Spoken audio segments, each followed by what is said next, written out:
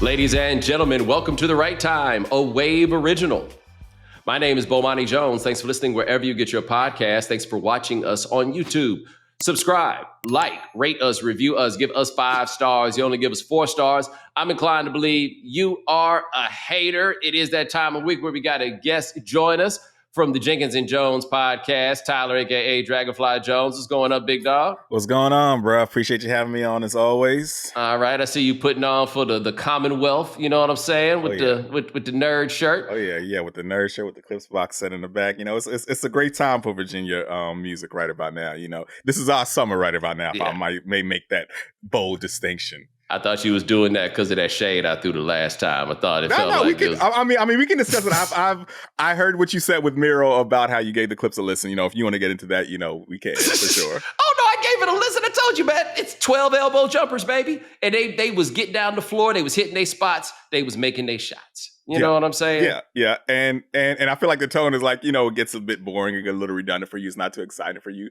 But you know, and I'm with you on that. What I enjoy most about this new Clips album is that it's the same brand of rapping the Clips have given us for 25 fucking years, right? Like, that's what I love about it the most, is that it is, you know, the tried and true formula. And, you know, your angle might be that it gets a bit redundant, it gets a bit monotonous. My whole thing is, it is of a bygone era. Like, you ever just watch like a MJ highlight reel of him working the mid range? You're like, God, I miss that brand of basketball. You know what I mean? Like that's what the Clips feel like to me. You know, granted, they're sticking to the formula, like you're saying, but it's a formula that feels a bit, you know, lost. Well, this is a very interesting lane for all kinds of musical acts, which is the ones whom you tolerate doing the same shit over and over again. We don't do this for everybody. Great example. We let Too Short rap about the same stuff over and over again. Now, Too Short would change his sound from year to year, time to time, period to period. But you know what you're getting from a Too Short record. You know what he's talking about. It's another good example. Devin the Dude is like on a smaller scale for a lot of people. But we know what's going on with Devin. Devin is living a regular life. And at some point between those 3 verses, sometimes in all 3 of those verses, he's going to get something to drink. He's going to get something to smoke. And he's going to get a little something to chill with. Don't matter what she look like. She going to be there with Devin the Dude. See what I can pull. You already know. Yeah. Yeah. We're there every time. Some people we pop up and we're like, oh, here they go again, talking about that same shit all over again. Not everybody can pull it off. Some people can stay in that narrow, whatever lane it is, and keep it compelling. Yeah. And you know, that's kind of always a discussion on social media. Oh man, this rapper talks about the same thing. Every rapper talks about the same thing. Rap is wrestling, bro. Every rapper has a gimmick. Every rapper has a persona, and they stick to that, right? And the whole thing is your gimmick entertaining enough for it to be repetitive? You know what I mean? That's what it all boils down to. I remember once my brother saw an interview early on with Manny Fresh, and he was talking about the Hot Boys, and he said one of them. You know, one of them was smooth. He's like, one of them had the money and the jewelry, and the other one, you know, this one had the blocker. My brother was like, oh, so you got the country and the Western. I understand you now.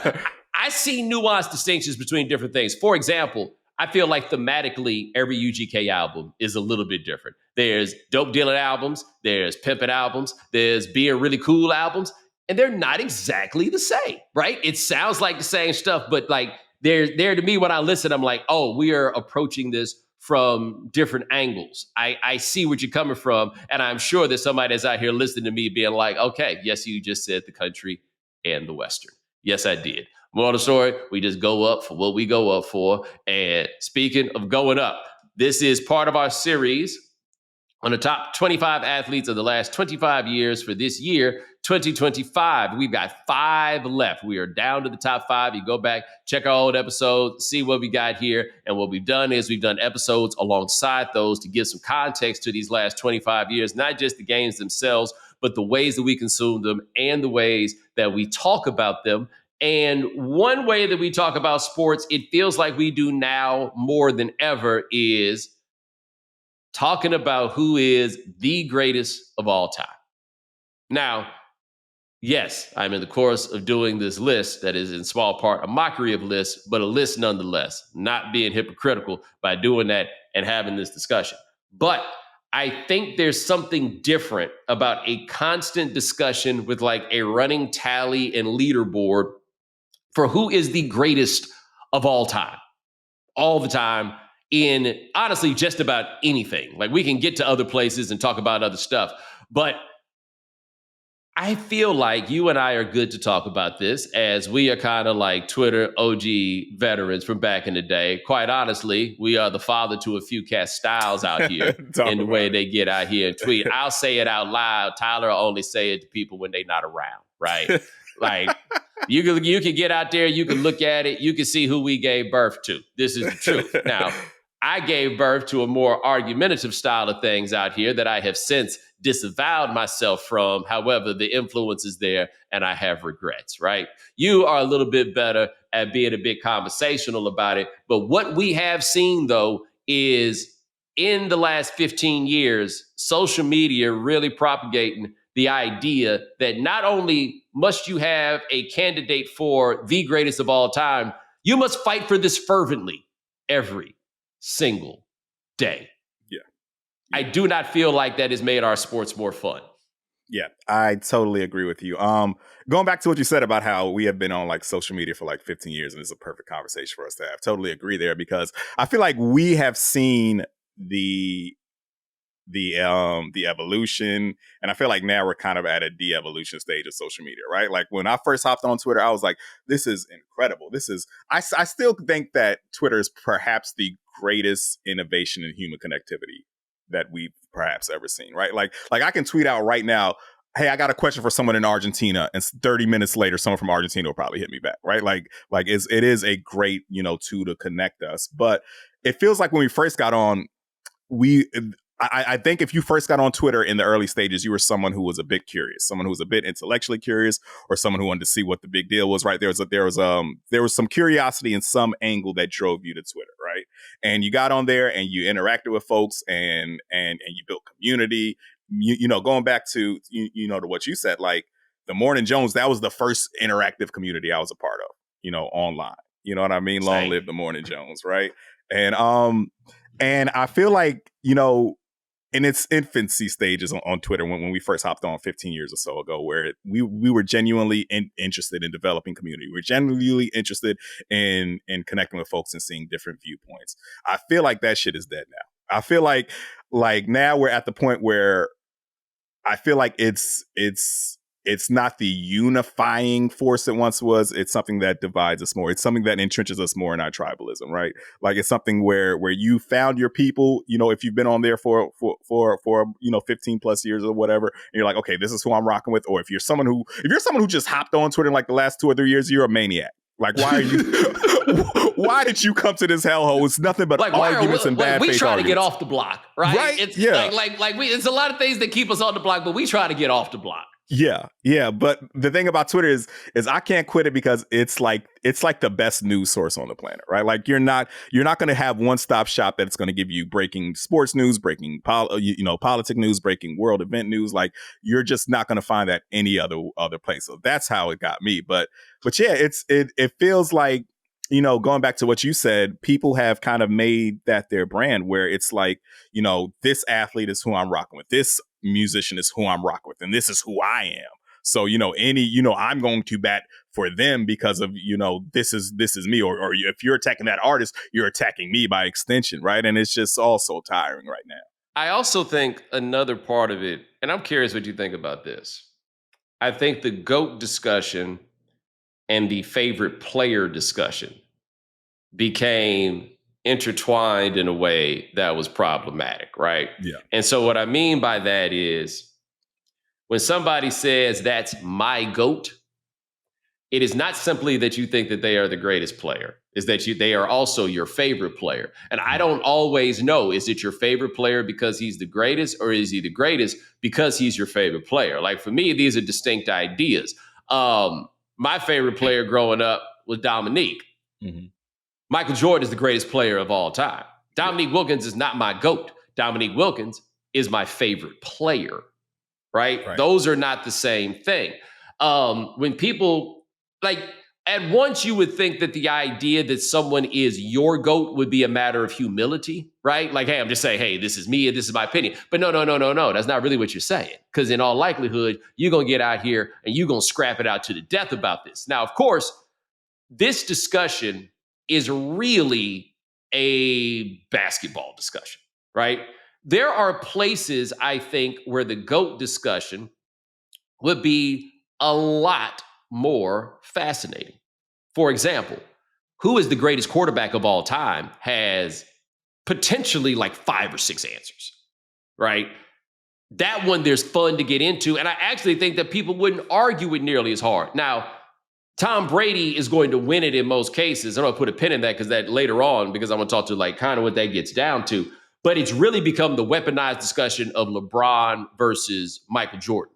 And I am curious if this happens on your end as much as it happens on mine, which is the algorithm every day feeds me somebody on either the Jordan or LeBron side of the debate fiercely. Like those accounts that turned up with blue checks and that you know are getting money off of the engagement, somewhere they figured out this one goes all day, every day. There is an account making an argument there with a side of Kobe thrown in there also.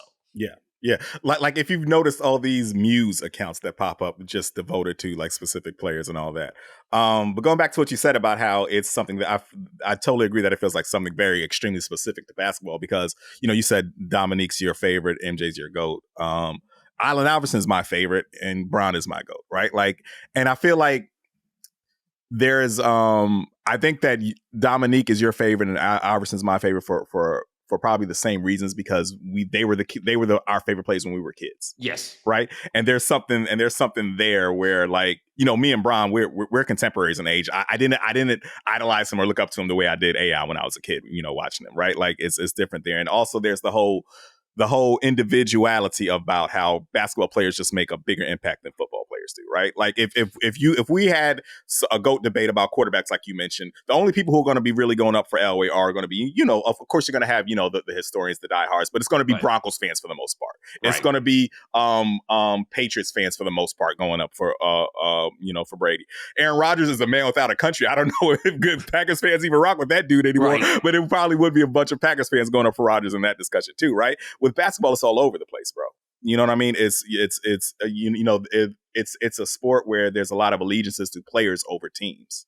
Yes, it's players over teams, and there appears to be a generational war among basketball fans about who the greatest player is that is much different than I think from any other sport. And it's funny because I think it exists in football. It's just not nearly as antagonistic. For example, you don't hear anybody put Joe Montana in the greatest quarterback of all time discussion anymore. When Joe Montana retired, he was absolutely 100% a candidate for that. He is the OG Tom Brady in that discussion. 4 championships in a 9-year period, which I don't think Tom Brady pulled off. Actually, no, he did. That second run, I think that he came back around to it. But the 4 championships in 9 years for Joe Montana was huge. This revolutionizing offense that came around and with big game-winning drives that we saw like repeatedly. That was the thing also with John Elway. Game-winning drives in an era where the passing game was neither as sophisticated nor as permitted by rule in the game. We did not grandfather any of those guys in, which is a very interesting place because it's almost impossible to evaluate it because the NFL game right now is so completely different than what the NFL game was back then, right? Nobody now argues that the talent is greater, everything else. Therefore, Derrick Henry is the greatest running back of all time. It's fascinating. You don't see anybody do that. Now, running back, that's a fun. Well, it could be a fun GOAT discussion, except everybody's still playing for number 2. We made that Jim Brown so long ago. And maybe that's part of what it is, right? In these other games, like Jerry Rice is the number 1 running back. I mean, wide receiver of all time. Everybody's playing for number 2. Yeah. We haven't opened that up for discussion like ever. Jordan was also the same way, except the kids decided, no. We getting our piece of the rock right here. And it's that guy right there. How could you tell me somebody is better than that guy? And I can totally understand how it is that you would say that when you watch. Yeah. And also there are a few outliers, you know, where you see youngins going up for MJ, but but it always feels like they're doing that to discredit LeBron for the most part, Yes. right? Like for sure, there's some kids who are really hopping on YouTube, checking out film, and who genuinely, think that MJ is the greatest player of all time. Not at all knocking those kids who are like historians and students of the game.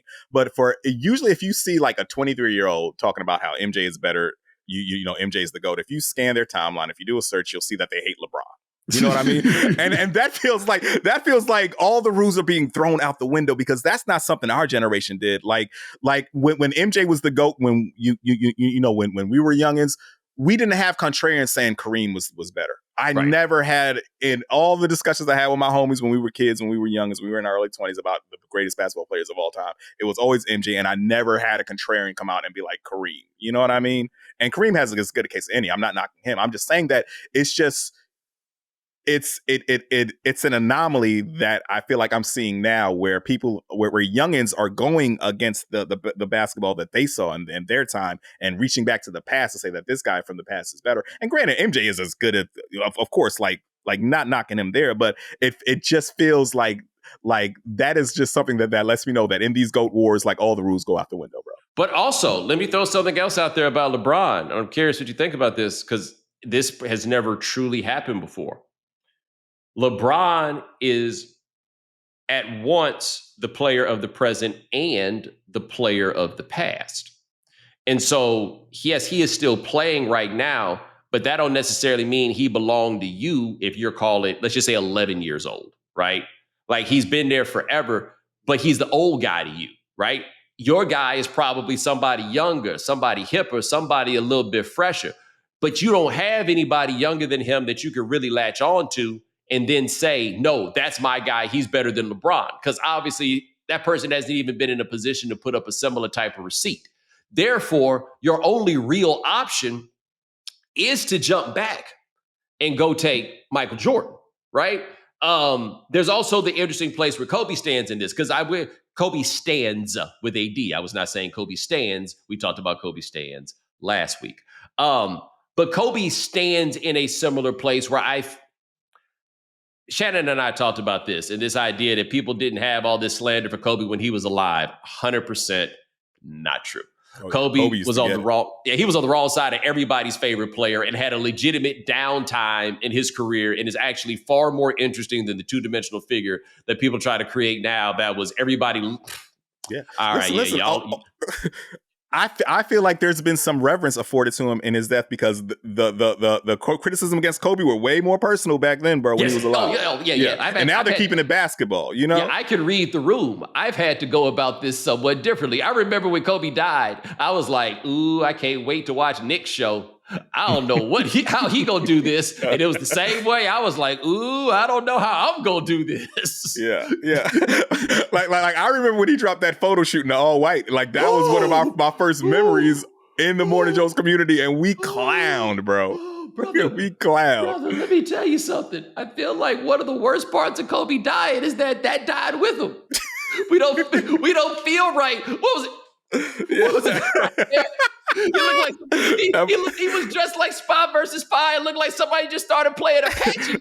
Hey, that boy was hitting the Zoolander face like. Yes. Yeah. Oh man, it was so many of them. It was like, who signed off on this? I have no idea. But at the same time, I've seen people on it's Mike and then it's Kobe, and I'm like, this is interesting, because I never heard anybody say, like, you had people who thought that Kobe was their favorite player, or that Kobe was the best player perhaps in the league at different points. And, my hottest take, that I don't think is that hot, is that Kobe was like a song that was never got to number one on the charts, but it was number two, and, for a long time, right? A lot of great songs that never made it to number one. I don't think that he had. But at the same time, he has now re-entered a greatest of all time discussion, in part because I think people feel obligated to be part of a greatest of all time discussion, but also sometimes just want to have their own thing they say, right? It's like the people whose favorite Beatle is George Harrison. It's not that George Harrison didn't write great songs, but that shit ain't true. Yeah. And, I feel like there should probably be a distinction between greatest of all time and best of all time, right? Because for me, LeBron is just flat out the best basketball player I've ever seen. And I will not say that he has a greater legacy than MJ. 2 3-peats, the biggest athlete of our lifetimes, right? Like MJ is the greatest NBA player of all time. But the thing is, like, I do feel like Bron and folks who are following after MJ, they've been dealt a raw deal with this rings culture, because we're not gonna see any guys get 7 rings. I strongly doubt that. But the thing about it is, when during MJ's run, he didn't need those 6 rings to be the greatest. When he retired after that first three-peat, the narrative was the greatest basketball player of all time is retiring in his prime.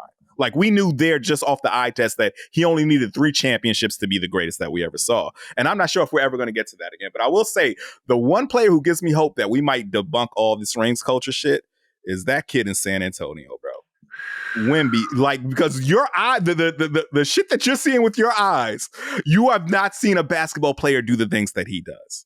Right. And I feel like he might be the one who might be able to drive that stake in the heart of rings culture and kill it. Because Wemby won't need 7 rings for him to be the greatest, of all time, in my opinion. Like, bro, like I watched, his preseason game run before his rookie year. And I was like, this kid has the potential to be the best basketball player I've ever seen in my life. Like, that's all I needed to see, bro. He has the potential, and we'll see if he fulfills it, because he was on a hell of a pace. He was going to be a defensive player. He was going to be the defensive player of the year this season before he got hurt, right? Like, he's making great time. They got some help with De'Aaron Fox, to take some of the load off it there with him too, and finally got someone who'll be able to throw him some fucking lobs, because he was like the most underused lob threat in the league. But yeah, man, Wemby might be the promised one, man, who can finally kill all this rings culture talk. That is a great point. And the problem I think that will come with this is he gonna get hated on because he's so gifted, right? And the thing about Jordan and LeBron both in this is they were preternaturally gifted, right? Like, you can make the argument about somebody like Jokic, right? If you want to make like a more with less argument, you can go ahead and do that. But Michael Jordan at once was the most talented player pound for pound of his time. And every time I hear somebody say they think Kyrie Irving is the most skilled basketball player of ever, and I'm just like, have you never watched Michael Jordan play basketball? There is no other answer than Michael Jordan on that one, period. Somebody put a video up yesterday that was 3 minutes of MJ in the post, and it wasn't just old Mike, right? It was still like 89 Mike. It was like 91 Mike. He was a problem. He's such a problem, right? Such a problem. LeBron shows up and he's an X-Man, right? Like, we've never seen anything physically quite like that, to also have the nerve to have the brain of a computer and be really good at a lot of basketball stuff. It wasn't as graceful as it was with Mike, right? But I see the argument that people make. Like, I am down for measures of relativity and allowing people to have their own opinions and everything else. But I think we start talking about who the greatest or best is. There are right answers and there are wrong answers, right? I think that the answer is Michael Jordan. I think the other people are wrong. But I'm not going to fight you about the fact that you're wrong, right? Like, if this was class and you got a question wrong on the test, I'm not going to argue with you about the shit you just got it wrong. Yeah.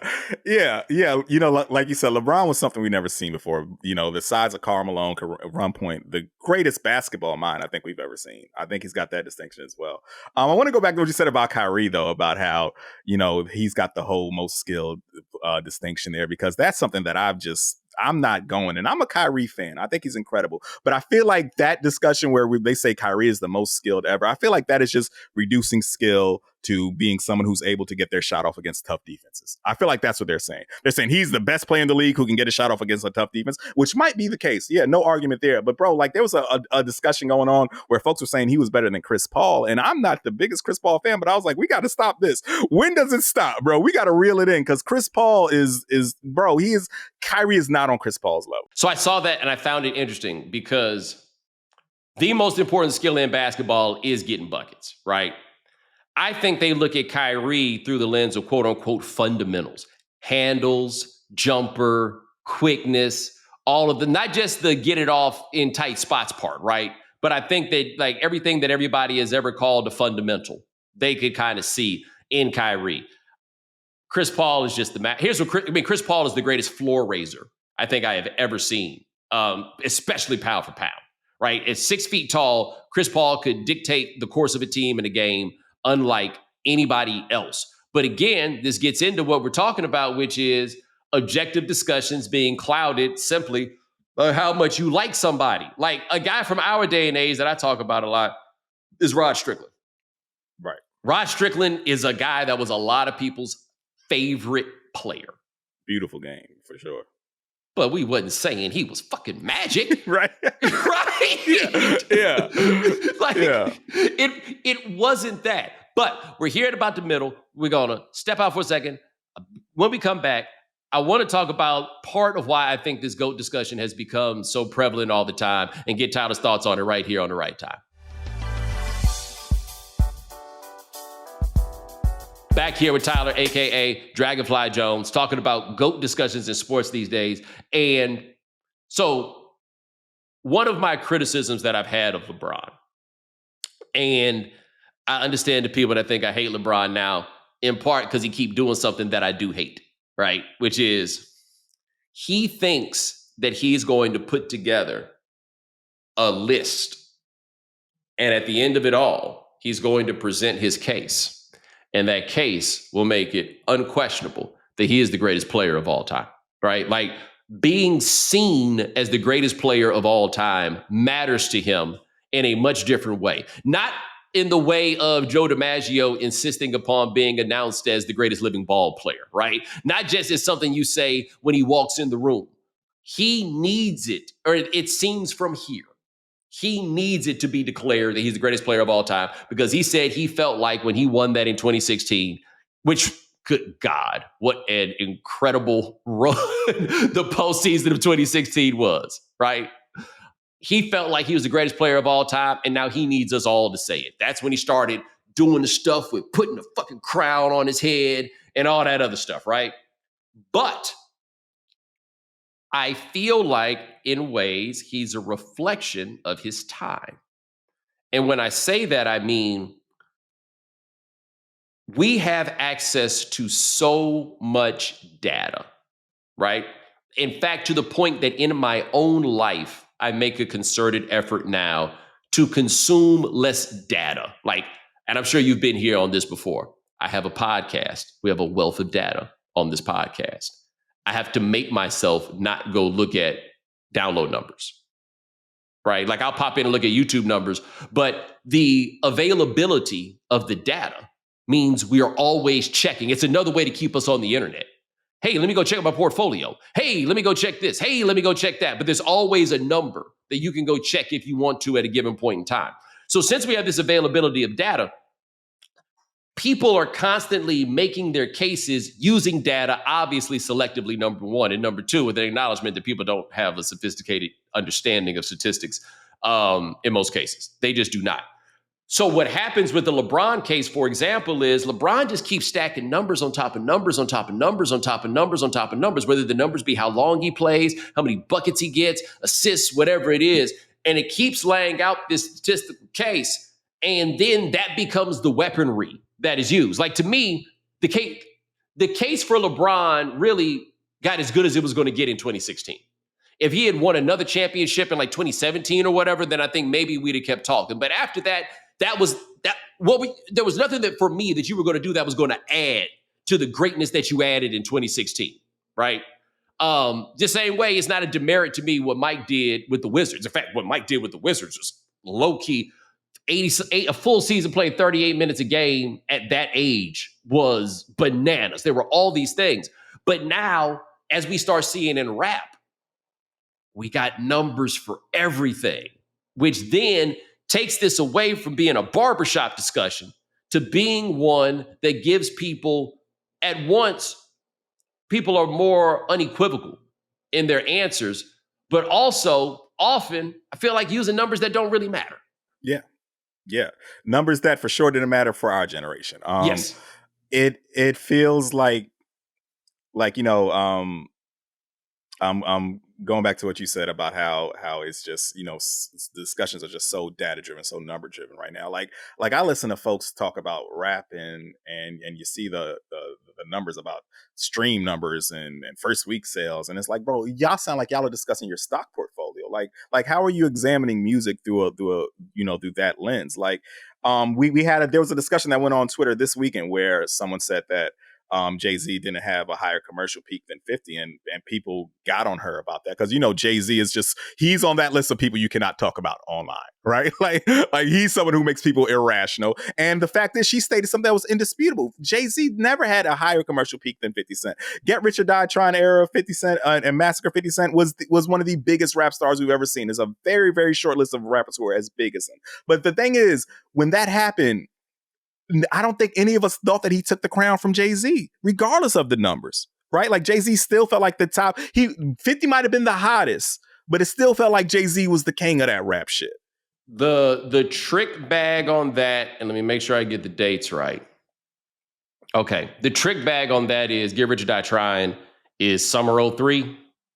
February 03. February, but I mean, but the not the release, but the run, yeah, right, is really summer. Like that's what we're going through is that summer 03. November 03, Jay-Z, finger quote, retired. It wasn't even really a discussion, right?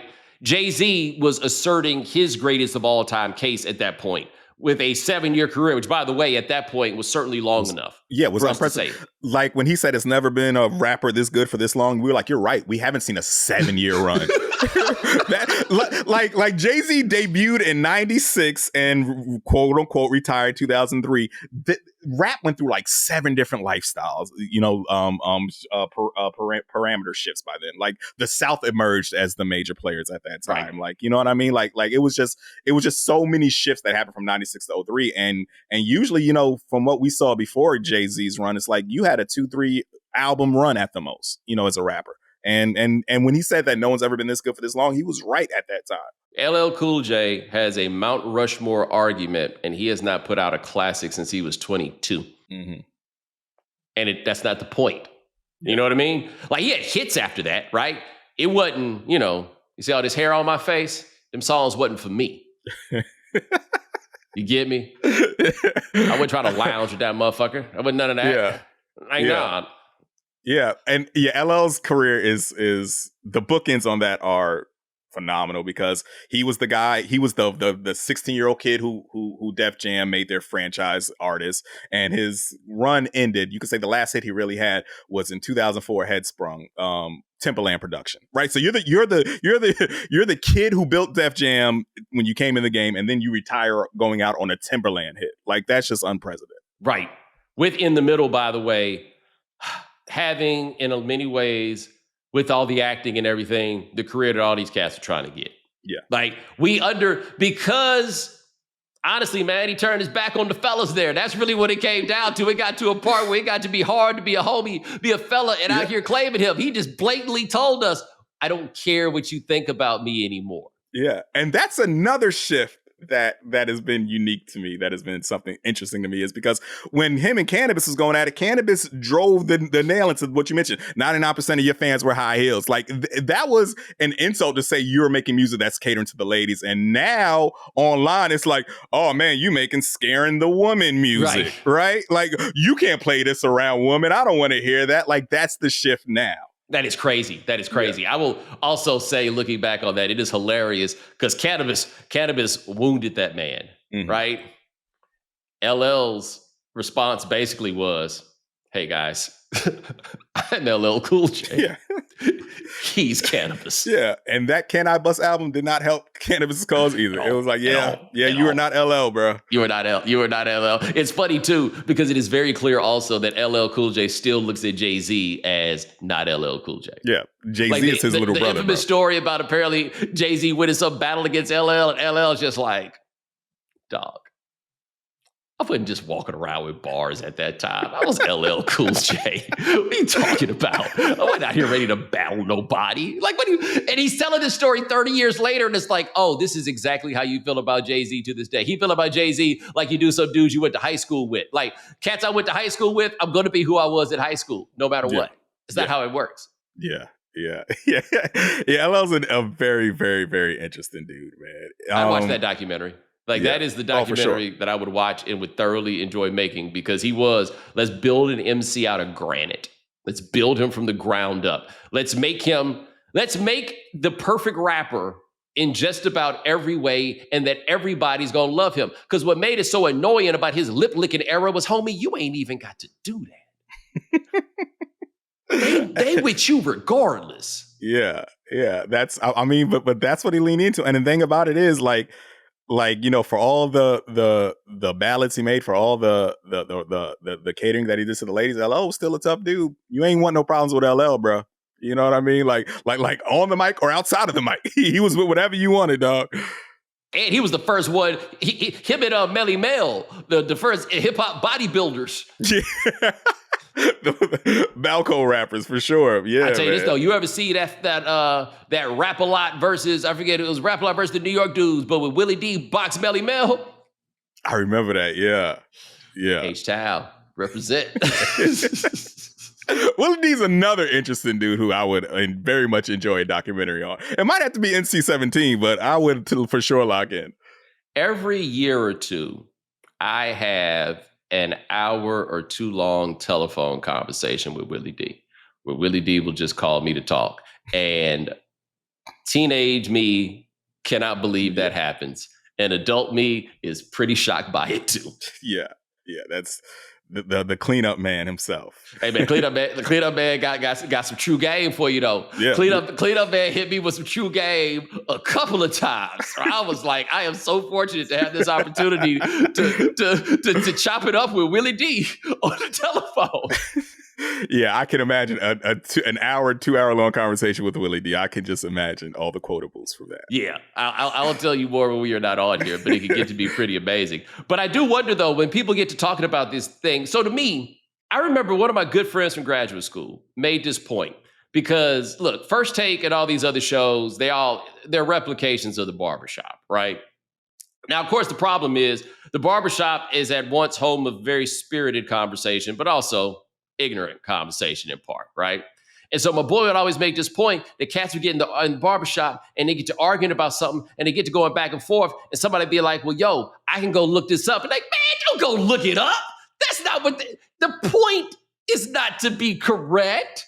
The point is just to argue about it, right? But in the barbershop, as long as we're talking about sports type stuff, right?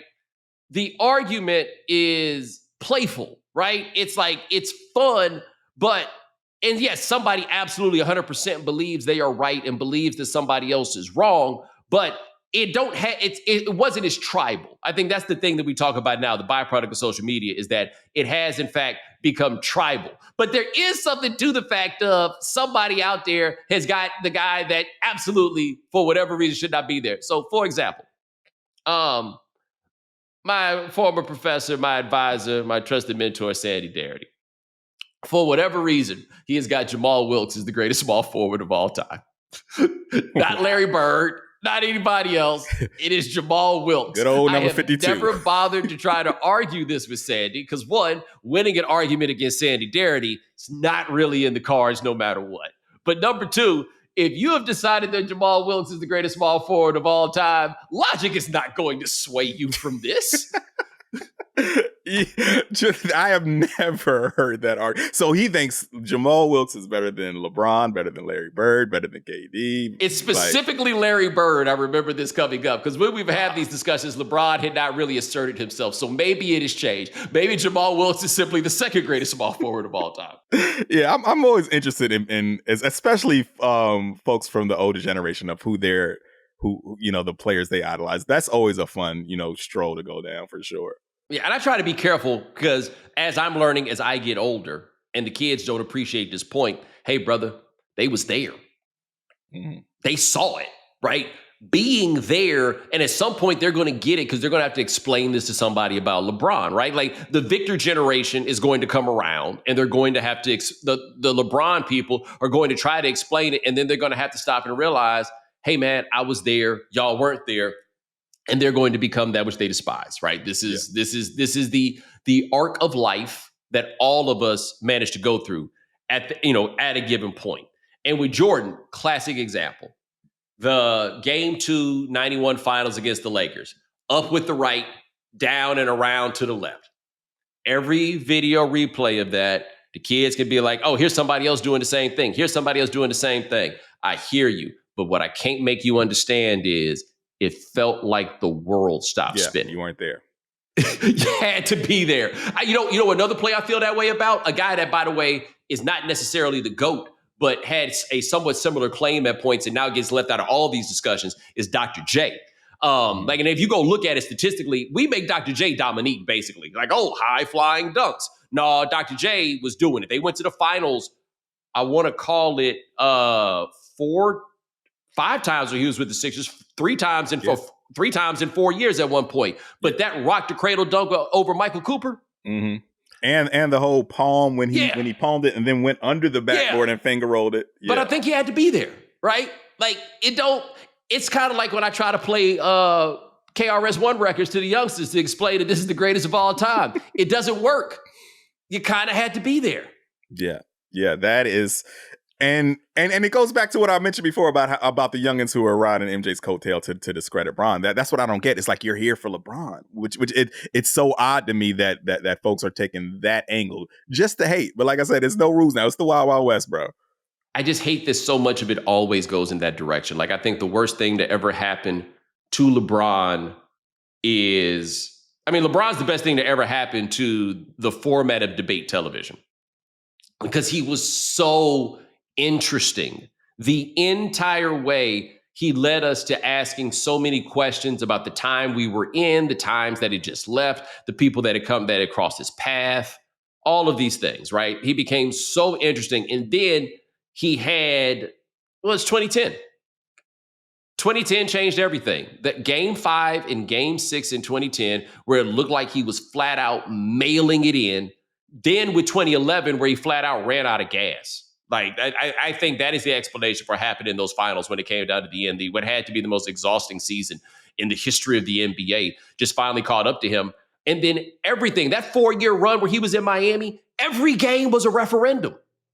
Every single one. And if you actually want to make the best argument for him being the greatest of all time is no one had ever withstood, even Michael Jordan, no one had withstood as much scrutiny. And the level of scrutiny that Jordan withstood made him retire after winning those first 3. LeBron went to 8 in a row. Yeah, like during that Miami run, especially like the first couple seasons, every game was a moment. Like Paul Millsap. You think about him. The first thing that comes to my mind is that early season game when he cooked Miami. Yep. You know what I mean? Like every game was a moment. Like you said, so much of sports talk television revolved around that. Like every night it was do or die. What's a referendum? Like we even criticized his performance in an All-Star game. You know what I mean? Brother, I started doing Around the Horn in October of 2010, right? So this is just before that Miami season. The Heat were A1 on every show I felt like I did for 4 years in a row. You can't get a regular season basketball game into A1 of an ESPN show at this point, just because it was a regular season game. 4 straight years. And because they did the not 1, not 2, not 3, after they won 1 championship, it was like, cool, I guess that's just the beginning, huh? Yeah. Okay. Nothing was proven. Nothing was settled. Nothing was adjudicated. We gonna be A1 again every single game. Yeah. It makes me wonder, for the future of the NBA, like, are we going to need the face of the league, if you want to call it that, the greatest player in the league? Are we going to need that person to be as divisive, as polarizing as LeBron is? You know what I mean? For it to be good business for the league. No, I think the face of the league need to be amazing. 1st, 2nd, 3rd, 4th, and 5th, right? Like I think that is the key. And they got always never forget this about I have to say about the face of the NBA. We keep acting like the NBA chooses it. The face of the NBA for a very long time was Allen Iverson, and I assure you that was not the choice of the commissioner, right? For better or worse, he became the face that the league had. I think the league's problem is, and this is why, and I guess on a later show I'll talk more about this, but this league that apparently Maverick and those guys are trying to put together, you ain't got no team that nobody care about, therefore this will not work. It takes decades to make people care about a team in their own market. Remember when the Arizona Cardinals used to always play road games against the Cowboys? because it took 30 years to build a fan base and to make people care, right? Now, never mind the fact that NBA basketball is really the only truly watchable basketball that the world has to offer. College basketball used to be watchable. It is not watchable anymore. Like, if it's not high level NBA basketball, some things are very fun to do, but not fun for people to watch on camera unless you are the best of the best. You know what I mean? This is number 2 on the list of things that fits that description. That's not going to do it. But I think you're right. As this goes, like, whenever LeBron retires, which may never happen, he's decided he's going to go literally until the wheels fall off. It's not going to be a smooth transition into who's next. And I don't even know who the next GOAT candidate is going to be. Yeah. Bron might have one more team in him from the passive aggressive shit we've been seeing him doing, at the Clippers facilities, taking pictures there. I don't know, bro. Like, yeah, I don't know when Bron is going to hang it up, but I don't know, man. I feel like it all comes down to, like, me thinking that Wemby might be our hope here, bro. I think Wemby can possibly save NBA discourse, man. Here's what I think is going to make Wemby even more interesting in the GOAT conversation. He appears to be fascinating. This whole thing of going and kicking it with the monks. Yeah. He went out there, kicked it with the monks, shaved his head. Like I'm gonna tell you, when I first knew that, okay, like I see all the physical attributes. I see that, all the physical talent. When he was during the All-Star game, when they were doing the skills challenge and Ant Edwards was out there goofing off, and Victor was taking that super serious, and they reached, they hollered at him about comments about that, and he was like, I understand some guys don't take this serious, they want to have fun or whatever. And he said, and he took a pause, and he said, but winning is fun to me. And I was like, oh, this kid might be it. I was like, oh, this he might have it, bro. I want to get better at French so that I could get to a place where I can interview him in French, because that's when he spit that real. Mm-hmm. What he said about Rudy Gobert, that he will never win Defensive Player of the Year again. Hey, he was going to make good on it until he got injured. He was. Also, my favorite quote for him of all time, and I don't remember if this was in French or English, but it was when he was in the Nike Hoop Summit, and they asked about Scoot Henderson. He's very talented. He would be the number 1 overall pick if I had never been born. Not if I didn't come out this year, if I'd have never been born. Like, that is just a wild place to take it, man. But he's right. He's absolutely right. Well, he turned out not to be right because Brandon Miller was born. But at the time, he was 100% correct. We would have been talking about Scoot Henderson as the number 1 pick if this alien had never been born of woman. Then, okay, cool. It would have gone. Yeah. But no, this is it. And I think you raised an interesting point that we get to at the end here, which is when LeBron retires, do incessant GOAT conversations go with him?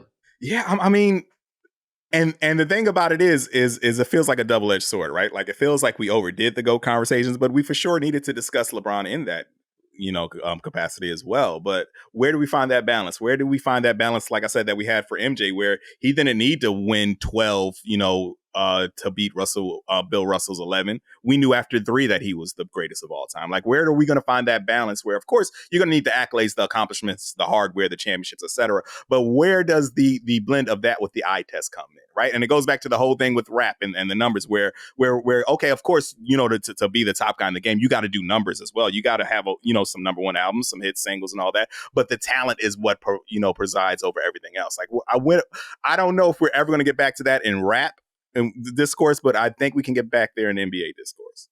Yeah, like, I think part of what happened also with Mike was, like, Bobby Knight said that Michael Jordan was the greatest player he had ever seen in 1984. Yeah. Now, do I think that part of that was Bobby Knight needling Dean Smith for having not won a championship with Michael Jordan, whom they eliminated in the Sweet 16 that year? Possible. Always on the board. But Jordan, being who and what he was, he became basketball Babe Ruth. Now, basketball Babe Ruth could have been Wilt Chamberlain, but he didn't win enough, right? Jordan then kind of became basketball Babe Ruth, like the unequivocal, like, this is our guy, which then made it with LeBron, where at once we were like, oh, he could be that good, but then that meant time to scrutinize it, right? At every turn or whatever. Victor is the only one, I think you're right, that has the possibility of coming out so hard that we got to entertain it. But I think for Victor, that will require hurrying up and getting to the finals, because we forget LeBron got to the finals in year 4 at age 22, carrying bums. Yeah, that finals run in 07 was ridiculous. That roster he won 66 with in 2009, go take a look at them. Go take a look at that roster that he won 66 games with in 2009. He had Ben Wallace, 2009 Ben Wallace as a starter, getting starter minutes. Like, have you seen this thing that's been bouncing around where it's like, show me the picture of your Celtic Shaq? And it'll be like Patrick Ewing in a, with the Magic or whatever. Yeah. Brother, the one for the Cavs, it was like 12 different people. And not all of them played with LeBron, but a lot of them did. Like it was like Sean Kemp, who was actually good when he first got there. But like Clyde Frazier, Sean Kemp, they actually could have thrown Nate Thurman on there if they wanted to. Then after that is Ben Wallace. It was Shaq. It was Sean Marion. It was some of these cats that they brought in, Dwayne Wade, Derrick Rose, all these cats they brought in to play with LeBron later. Yeah. I mean, you say Chris Paul is perhaps the best ceiling raiser. I don't know, man. I don't know. I forgot about that guy. Yeah. I think Bron might check that box. I think I'm thinking about it this way. Chris Paul is a ceiling raiser for the team, a floor raiser for the team, but also a floor raiser for these individual players. Yeah. Like Chris Paul turns Tyson Chandler into something completely different. LeBron, when he gets them cats, they never look better than you thought they were. Does that make sense? Like, you're always just like, damn, look what he did with Mo Williams, as opposed to, I didn't know Mo Williams could be that good. Yeah, because the thing about LeBron is he doesn't need you to play outside of yourself. He needs you to play within his system. Yes. Right?